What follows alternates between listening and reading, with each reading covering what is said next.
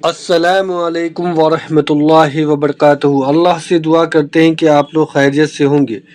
فرقوں والے مجھ سے پریشان۔ ہمیں بتائیں، کیا ہم نے کسی بزرگ کا نام کبھی بگاڑ کے لیا؟ کوئی ثابت تو کرے۔ اگر مشرکین عرب حضرت ابو طالب کو آ کے یہ شکایت کریں کہ تمہارا بھتیجا ہمارے بتوں کو گالیاں دیتا ہے، تو یہ ان کا سوچنے کا انداز ہے نا۔ نبی علیہ السلام نے کبھی گالی تو نہیں دی۔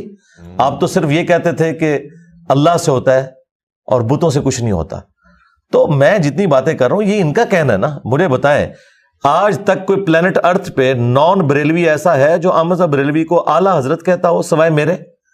میں اشرف علی تھانوی صاحب کو پورا بولتا ہوں مولانا اشرف علی تھانوی صاحب۔